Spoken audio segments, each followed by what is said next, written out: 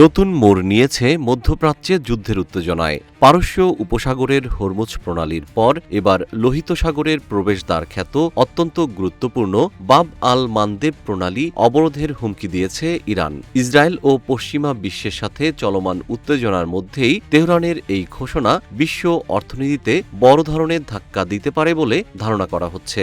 বিশ্বের অন্যতম জ্বালানি ও বাণিজ্যিক পথ বাব আল মানদেব প্রণালীতে নতুন ফ্রন্ট খোলার ঘোষণা দিয়েছে ইরানের শক্তিশালী সামরিক বাহিনী ইসলামিক রেভলিউশনারি গার্ড কর্পস বা আইআরজিসি। ২৬ মার্চ ইরানের আধা সরকারি সংবাদ মাধ্যম ফার্স নিউজ এই তথ্য নিশ্চিত করেছে।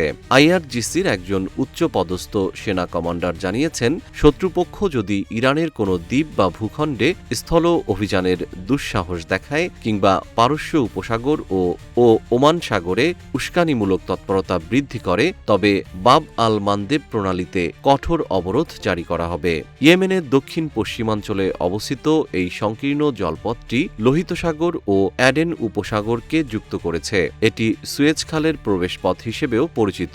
বিশ্ববাজারে সরবরাহ করা তেলের প্রায় ১২% এই পথ দিয়েই পার হয়। ফলে এখানে অবরোধ সৃষ্টি হলে বিশ্বজুড়ে জ্বালানি তেলের দামে বড় ধরনের অস্থিরতা তৈরি হতে পারে। ভৌগোলিকভাবে বাব আল মানদেব ইয়েমেনের সীমান্তে হলেও সেখানে ইরানের প্রভাব অত্যন্ত প্রবল। এই অঞ্চলটি বর্তমানে তেহরান সমর্থিত হুথি বিদ্রোহীদের নিয়ন্ত্রণে। আইআরজিসি জানিয়েছে, ইতিমধ্যে এ বিষয়ে হুথি নেতাদের সাথে আলোচনা হয়েছে এবং তারা ইরানকে পূর্ণ সহযোগিতার প্রতিশ্রুতি দিয়েছে।